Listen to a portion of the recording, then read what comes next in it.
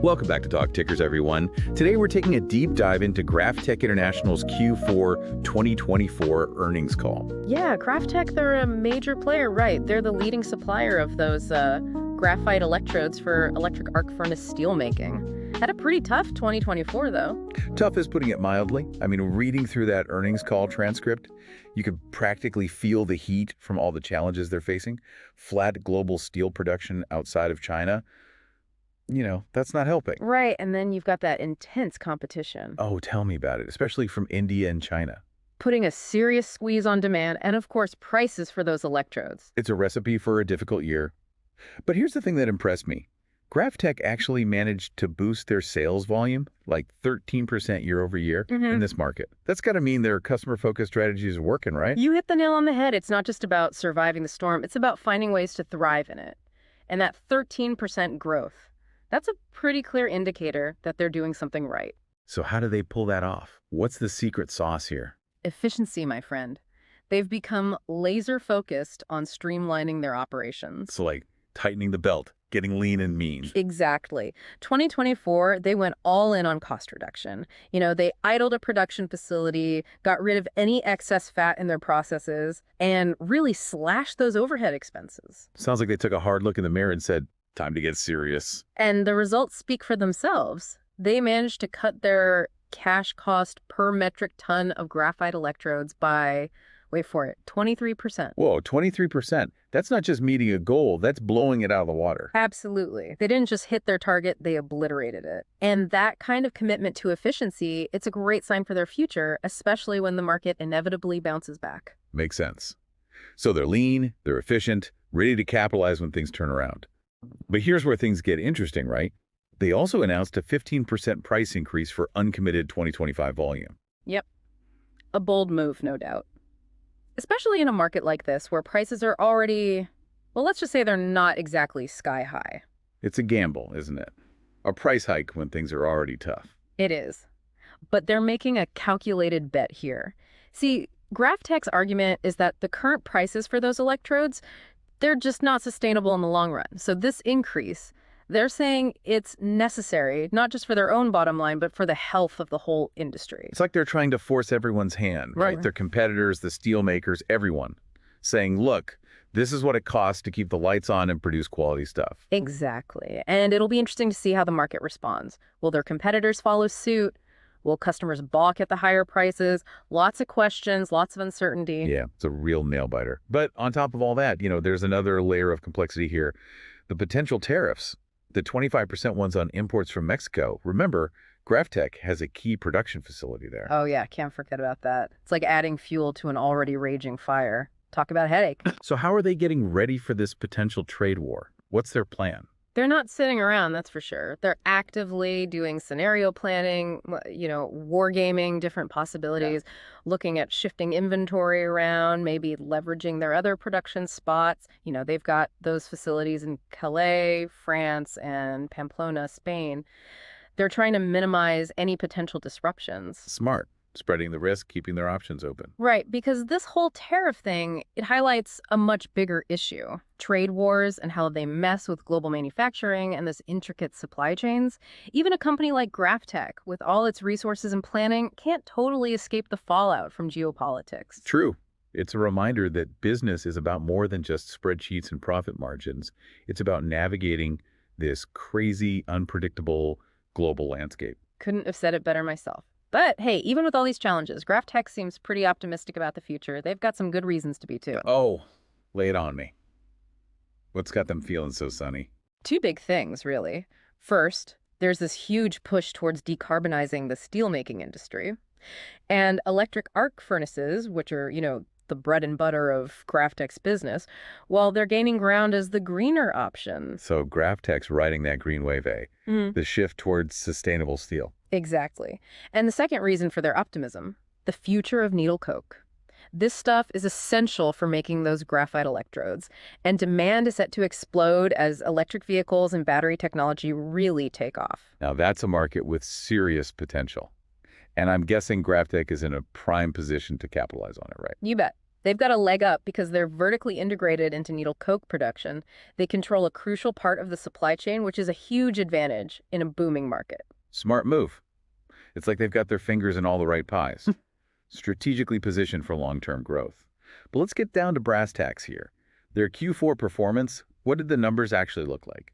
All right, so production volume for the quarter, it clocked in at 25,000 metric tons. That puts their capacity utilization rate at about 55%. So they're running things efficiently, but also keeping some room to ramp up production if demand picks up, right? Smart move. Flexibility is key in a market like this. Now, on the sales side, they shipped a pretty impressive 27,000 metric tons in Q4. That's a healthy jump, about 13% compared to the same period last year. And get this, it even exceeded their own projections for the quarter. Exceeding expectations. That's always a good look, especially for investors. So break it down for me. What types of sales are we talking about here? Sure, so about 24,000 metric tons of those sales were non-LTA, meaning they weren't tied to those long-term agreements. The average price they got for those was around $3,900 per metric ton. Okay, so that's the current market reality. What about the rest of those sales? The remaining 3,000 metric tons, those were sold under those LTAs. And as you might expect, they fetched a much higher price, $700 per ton. A nice reminder of the good old days, right? Ah, the days of those high-priced LTAs. But those are fading fast, aren't they? You're right. GrafTech's been pretty transparent about that. Those legacy LTA contracts, they're almost completely done. So going forward, their results are going to be less influenced by that whole LTA versus non-LTA mix. Makes sense. They're transitioning to a new reality, one where they have to fight for every contract and every dollar. Exactly. It's all about securing those profitable deals for the future and less about relying on the past. Got it. So they're playing the long game here. But tell me, how's their order book looking for 2025? Have they been able to lock in any deals yet? Actually, they just finished a crucial round of negotiations with customers, and the results are pretty encouraging. They've already secured over 60% of their anticipated 2025 volume, and that's ahead of where they were this time last year. Wow, they're not wasting any time. Yeah. So they're not just reacting to the market, they're actively shaping it. I like that. What's their overall outlook for 2025 then? What kind of numbers are they expecting? Well, for the full year 2025, they're projecting a low double-digit percentage increase in sales volume. Hold on. So on top of the 13% volume growth they already achieved in 2024, That's right. They're building some serious momentum here. it's like they've found their stride even in a tough market. Yeah. But this growth, it's not happening by accident, right? What's driving it? Strategy, pure and simple. GrafTech's made a conscious decision to focus on increasing their market share in two key regions, the US and Europe. The reasoning. Pricing is much more favorable there compared to other parts of the world like China and India. Makes sense. Go where the money is, as they say. Yeah. But isn't that a risky move? What about those potential trade issues with Mexico? Could that come back to bite them? It's definitely a calculated risk. Focusing on specific markets can make a company more vulnerable to regional downturns or unexpected changes in trade policies. But GrafTech seems confident that they can mitigate those risks by leveraging their global production network. Those facilities in France and Spain give them some flexibility and options if trade barriers pop up. So they're hedging their bets, spreading the risk. Smart move.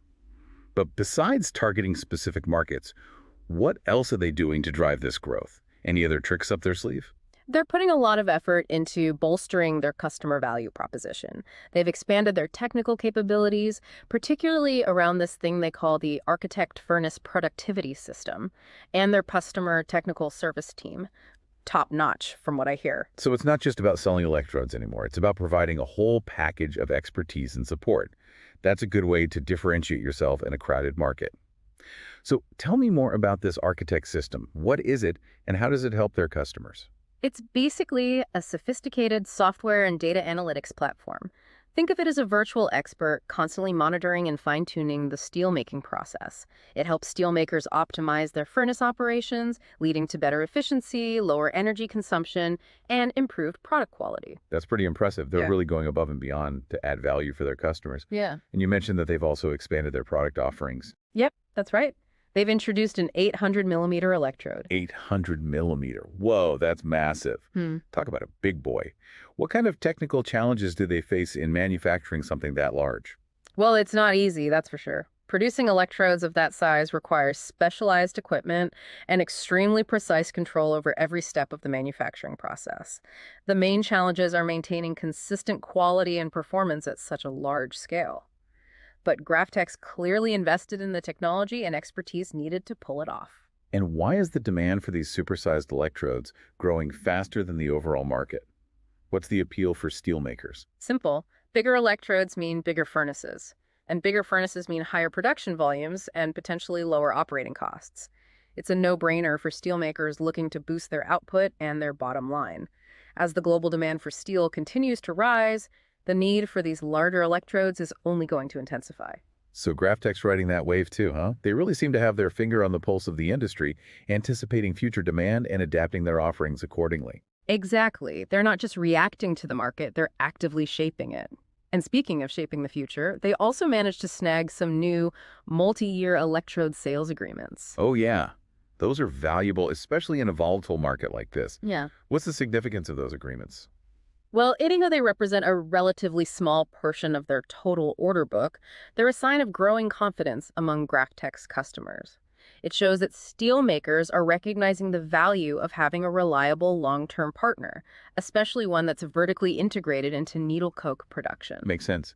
It's all about building those strong strategic partnerships that provide stability and mutual benefit. Now let's get down to the nitty-gritty, the financial details. What did their Q4 2024 results look like? Okay, so they reported a net loss of $49 million for the quarter. That translates to a loss of $0.19 per share.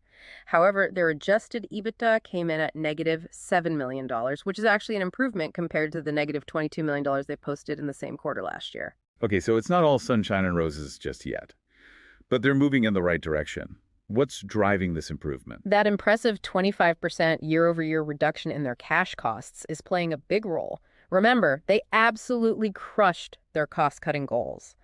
Of course, those gains were partly offset by the lower average pricing we talked about earlier and the shift toward more non-LTA sales. Yeah, that makes sense. Cost controls is helping mitigate the impact of the pricing pressure they're facing. Exactly. Let's dig a little deeper into those cost savings. Their cash cost per metric ton for Q4 was just under $4,100. For the full year, it came in at $4,290, a whopping 23% reduction compared to 2023. Wow, they're really squeezing every bit of efficiency out of their operations. Are they planning to continue this focus on cost control going forward? Absolutely. They're projecting a mid-single-digit percentage decline in their cash cost per metric ton in 2025. That puts their target around $4,100 for the full year. Okay, so continued focus on cost control. Check. Now, what about their cash flow situation? How are they managing their cash? In Q4, they used $26 million in operating activities. Their adjusted free cash flow came in at negative $21 million. For the full year 2024, adjusted free cash flow was negative $56 million. So they're still burning cash. Should investors be concerned about this? It's important to look at the bigger picture. That negative free cash flow is partly due to their proactive working capital management. In 2024, they generated a $40 million net benefit from working capital, primarily by reducing inventory levels. So they're being strategic about managing their inventory and preserving cash during this downturn. Exactly. And they plan to continue those working capital initiatives in 2025. While they don't expect the benefits to be as large as in the past 2 years, it will still provide a positive boost to their cash flow. Got it. A balanced approach to working capital, preserving cash, while still meeting customer demand. Now, what about their overall financial position? Are they in good shape? Let's talk liquidity. GrafTech ended the year with a healthy $464 million in total liquidity, a significant jump from where they were at the end of Q3. That's largely thanks to the successful completion of those capital transactions they announced back in November. So they've got a comfortable cash cushion to work with. What does that liquidity consist of? Well, they have $256 million in cash on hand. Then there's $108 million available under their revolving credit facility, and another $100 million available under their new delayed draw term loan, plus their $225 million revolving credit facility, which matures in 2028, has no outstanding borrowings. Sounds like they've got all their bases covered. What about debt maturity? Any concerns there? Not really. They recently extended the maturity on the vast majority of their $950 million in notes by a year, pushing it out to December 2029. And their new delayed draw term loan also matures in December 2029. So no major debt cliffs to worry about for the foreseeable future. That's a relief. Well, before we wrap up this part of our deep dive, any final thoughts from GrafTech CEO Tim Flanagan? What's his take on all this? Yeah, he emphasized that despite the challenges, GrafTech is executing its plan, engaging with customers, delivering value, and making strategic investments. They're determined to navigate this cyclical downturn, but also position themselves for growth over the long haul. He sounds like a leader with a clear vision, and he's not afraid to take action. And you mentioned that he's optimistic about the long-term prospects of the industry. What's fueling that optimism? He pointed to two key drivers: the ongoing growth of electric arc furnace steelmaking, which, as we discussed, is great news for electrode demand, and the projected surge in demand for needle coke as the EV and battery markets take off. So GrafTech's riding both the green steel wave and the electric vehicle revolution. They really seem to be in the right place at the right time.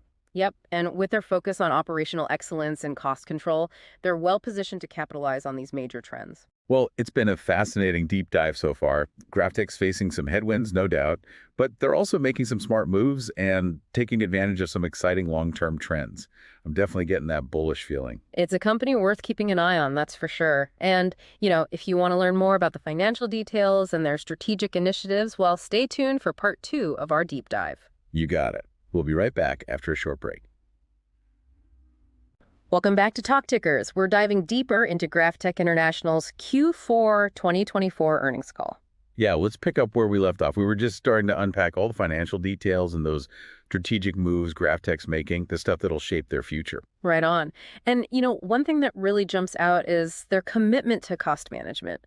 They're all about running a lean and efficient operation. Oh, absolutely. I mean, that 23% reduction in their cash cost per metric ton of graphite electrodes, that was in 2024. Super impressive. But what exactly did they do to achieve those savings? Spill the beans. Well, it's a multi-pronged approach, really. They made the tough call to idle a production facility, which obviously helped reduce overhead.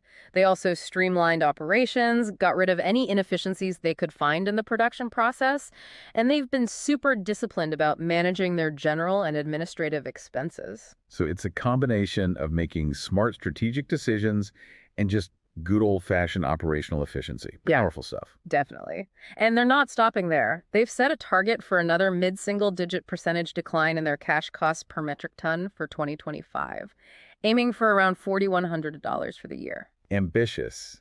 But hey, they've got a proven track record. I wouldn't underestimate them. Now let's talk pricing strategy. That 15% price increase they announced for uncommitted 2025 volume, that was a bold move, especially in this market. It was a gamble, no doubt, but they're convinced it's necessary. They're saying current price levels for graphite electrodes just aren't sustainable. This increase, they argue, is essential not just for their profitability, but for the stability of the whole industry. So they're trying to strike a balance, right? They need to convince their customers that this price hike is justified while also keeping an eye on the competition. What if their competitors undercut them? That's the big question. If GrafTech's competitors keep their prices lower, yeah, it could put them at a disadvantage.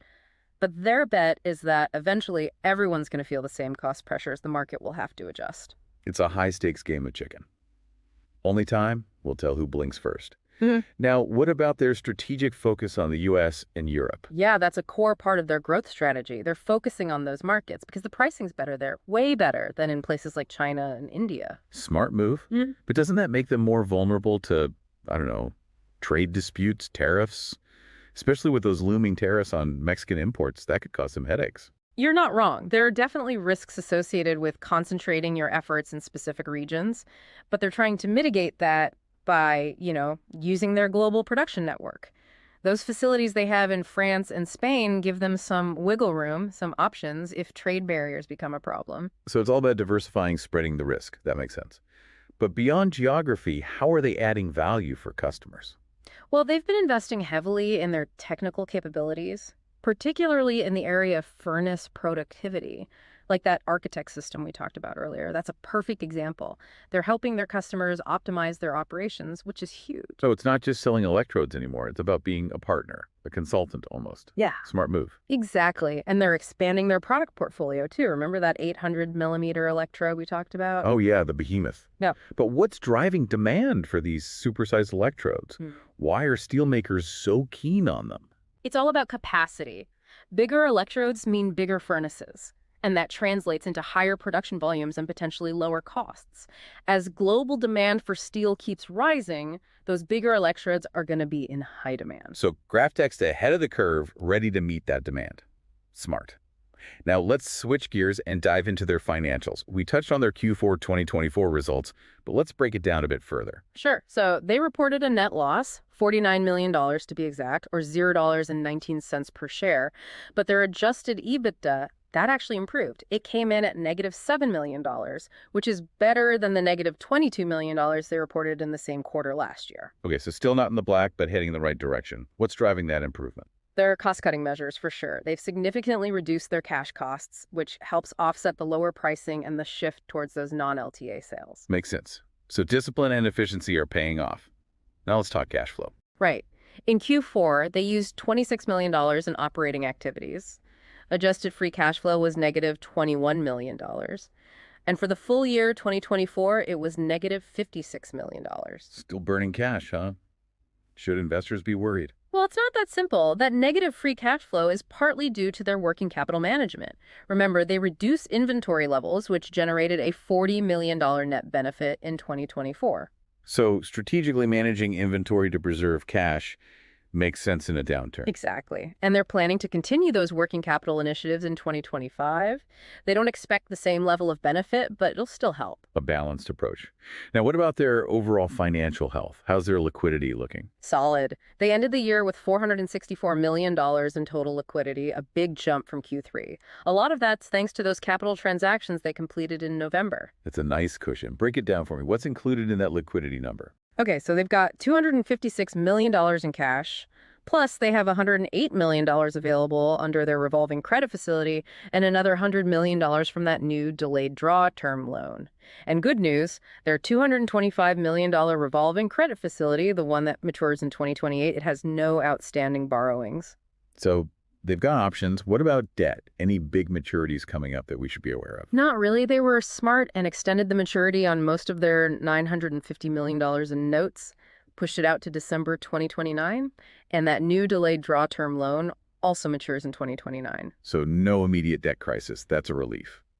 All right, before we move on, let's recap the key takeaways from GrafTech's Q4 performance. Well, they're definitely facing a challenging market, but they're showing resilience. They're committed to executing their plan, engaging with customers, and making smart investments. They're focused on navigating this downturn and positioning themselves for growth in the long term. Sounds like they have a solid plan, and it's working, at least in part. What are some of those key initiatives that they're working on? They're laser focused on controlling costs. They're targeting specific markets where the pricing is better. They're investing in ways to add value for their customers, and they're managing their finances prudently. Smart moves, all of them. It'll be interesting to see how these initiatives play out in the coming quarters. And we're back with Talk Tickers. We've been deep in the weeds with GrafTech International's Q4 2024 earnings call, and now it's time to look ahead.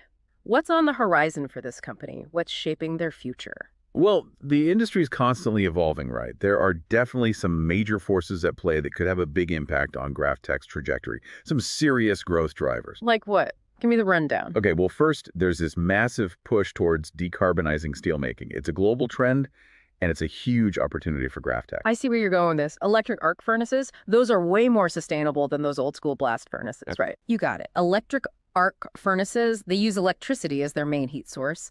No burning fossil fuels. And guess what? GrafTech's graphite electrodes, those are essential for electric arc furnaces. So as the world demands greener steel, GrafTech's going to be right there to provide the tools to make it happen. Exactly. And they're not just along for the ride, they're actively innovating, pushing the industry forward. Now, there's another exciting trend we got to talk about. Needle coke. Ah, needle coke. We touched on this earlier, but remind me, why is this stuff so important, especially for electric vehicles and batteries? Okay, so needle coke, it's this super purified form of carbon. It's an amazing conductor of electricity, and it's a key ingredient in the anodes of lithium-ion batteries, the same batteries that power everything from our phones to those EVs everyone's talking about. So more EVs, more demand for needle coke. And GrafTech's sitting pretty, right? Right, again, because they're vertically integrated. They produce their own needle coke. They're not scrambling around trying to source it from some third party. That's a huge competitive advantage, especially in a market that's about to explode. Smart move. It's all about controlling your own destiny, right? Now, GrafTech's CEO, Tim Flanagan, he seemed pretty optimistic about the future. What's he basing that on? Well, he pointed to a few key factors. First, the growth in electric arc furnace steelmaking. That's a huge driver of demand for their electrodes. Then there's the needle coke boom, which, as we said, plays right into their vertical integration strategy. And finally, their relentless focus on operational excellence and cost control. So they're riding the industry waves, playing their cards right, and keeping a tight grip on their finances. Sounds like a recipe for success to me. They're not just hoping for the best, they're making it happen. And that's what makes them a company to watch. Well, it's been a fascinating deep dive into GrafTech International. We've covered a lot of ground, from their Q4 2024 performance to the long-term trends that are shaping their future. Thanks for joining us on this journey, folks. We encourage you to do your own research, dive into their investor relations materials, and stay tuned for more insightful earnings call analysis from Talk Tickers. Until next time, happy investing.